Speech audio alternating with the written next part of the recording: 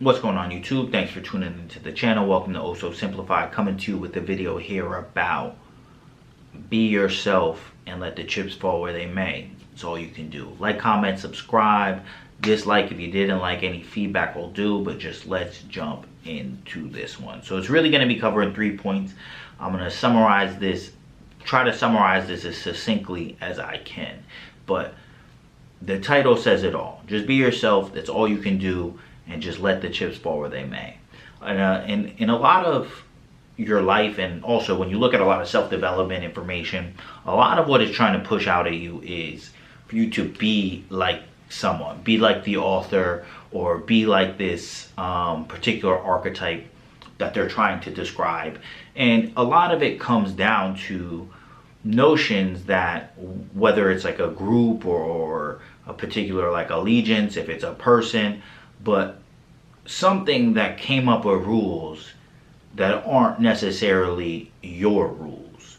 And at a certain point of life, obviously when we're younger, you know, a lot of people copy trends, they try to fit in. But even as we get older, I mean, we've seen what happened with the election. No matter what side you're on, you cannot say that you don't observe people that are just trying to fit into a group. They don't really know what they're voting for, besides I'm part of this group and I'm gonna jump in, and I'm part of that group and I'm gonna jump in, and I'm gonna parrot the things that these groups stand for. And they never really ask the question, like, who am I? What do I stand for? Is what I'm standing for me? And not in the not in the light of like political values and things like that. Like just taking deep inner inventory and saying, like, what do I want out of life? Like, is the things that I'm doing day to day, dedicating my life to, and whatever you're spending your time on, you're dedicating your life to, is that for me? And then also, am I honest with myself? And you have to be honest with yourself to really even be yourself, because if you're hiding things from yourself or trying to act like you're someone you're not, and not honoring all of your characteristics, and some of your characteristics might not fall within the domain of, you know, correctness in whatever, in this book Transurfing here, I'm going to use that term, he uses it, it's called like a pendulum, and that could be, you know, the culture, and we'll use that kind of synonymous with culture, in whatever culture you're around. Some of those qualities might not necessarily be what is prized or bigged up, for lack of a better word. And that doesn't make it wrong or right. Maybe it's wrong or right to that particular, you know, culture or pendulum, but in the grand scheme of things, and obviously we're keeping this within a scope here. There are certain things that, okay, you just gotta turn it off, dude. That just can't have people out here doing that. But I digress. It's not right or wrong. But having the courage to say that, you know, I love myself and respect myself enough to say that the way that I want to act is just as valid as the way I'm being told to act is a stance in and of itself. And being honest with yourself and following the path that deep down you want to do, and stand up for that regardless of if there's other, you know, groups, cultures, people, pendulums, whatever it is that want to feel another type of way. Do you, one, know yourself? Are you honest with who you are? And do you love yourself enough to follow that and dedicate your life to something that's beneficial to you rather than how you think it should be?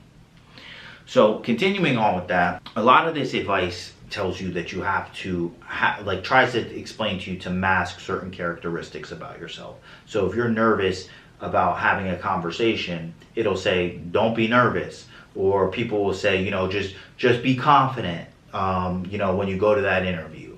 People will say, you know, don't be shy, things like that. But if you actually have any of those characteristics or are feeling that in that moment, there is no way to make yourself feel some type of way. Like, you can't just, if you're feeling shy in a moment, you can't just make yourself feel unshy. If you feel insecure, you can't just make yourself feel confident. If you're nervous, you can't just make yourself feel relaxed. Like, that's actually not really good advice. And if people are just trying to sit here trying to mask how you're going to cover up how you feel.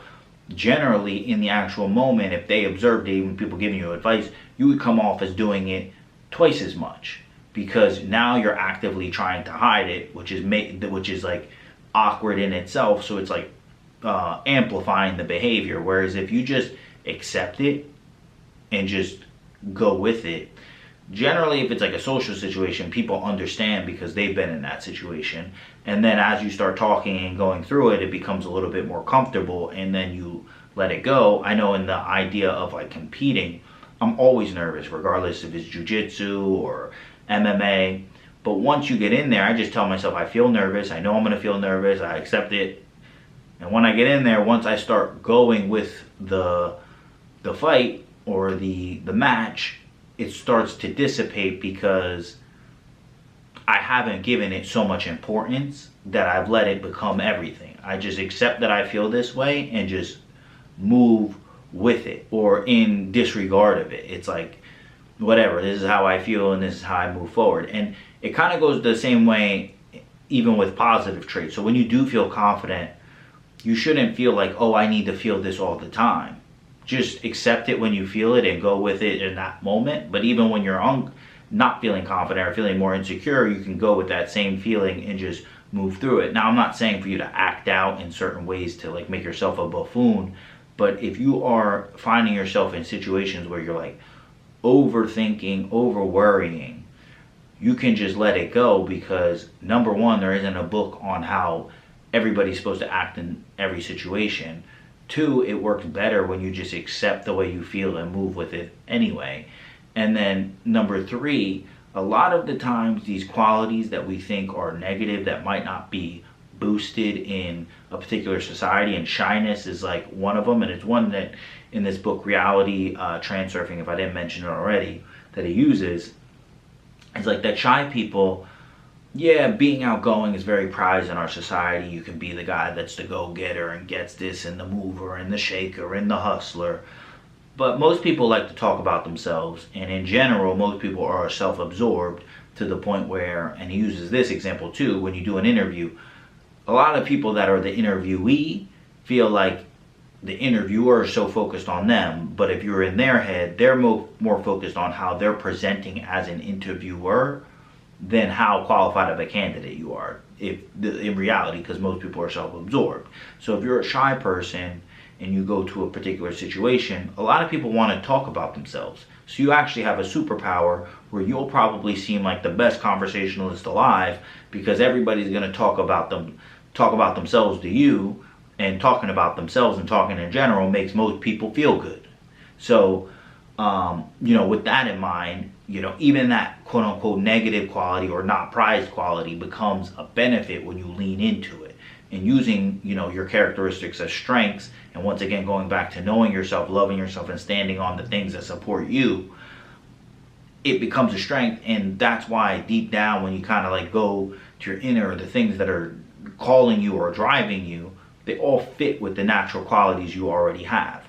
And the last one is just encompassing this a little bit more into how much it's really just all about, what's in your head and being yourself, and really just leaning into how you feel and think about things. Is that all knowledge is ultimately self-knowledge. Like, nobody really can give you any advice about anything, because until you experience it, there really isn't a real reference. It's all just, mental,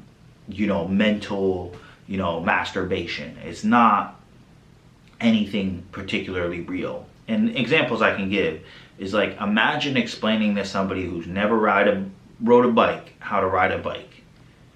There is no way you can explain that to where they pick it up and they can ride a bike, because until they experience what balance is, they'll never know.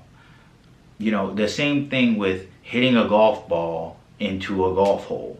Explain that to somebody. Until you know what it feels like to swing the thing, the experience of hitting the ball, what that feels like, and how when you hit it in different places, how it's going to move, you can't really describe it. Shooting a basketball, even running, walking. That's why a baby has to try all these different times. Or when somebody, gets into a position where their body forgets, It's not like they could just be like, oh, dude, you remember we walked? Like, and these are people that regain their walking. It's like, because your body stopped remembering, your mind can't just tell your body what it is, and it just knows, because everything is an experience. Everything is ultimately self-knowledge. So when it goes all the way back to how I started this, that in any situation, all you can do is be yourself. Because number one, you can't hide any quality that, like, you can't hide any of your qualities. If you want to be more of anything, like, and I'm talking about like deep down personal qualities and personal like inclinations. Like, everybody has these things they've always been drawn to, ways that they've always been, that they're not like personality traits in the sense of we use them day in, day out. It's the thing that's like when you know somebody, and in this book, Reality Transurfing, he calls it frails. It's this idea that there's things that are unique to somebody that cannot be put into words. It's like the thing that almost marks the signature of that person. And everybody kind of knows people on that level. That's what really knowing somebody is. And that's why a lot of people want to be validated, because they know they have these unique things to them, and they want to feel like it's validated in others. But really where that validation comes from is yourself. Because at the end of the day, you can't even really share your knowledge with other people, because all knowledge, once again, is ultimately self-knowledge. Like, until they've experienced it, they can't even know a bit of what you're saying, and they'll never know totally of what you're saying, because it's all clouded by the experience that they had. So, you know, that's how two people can dislike the same type of food.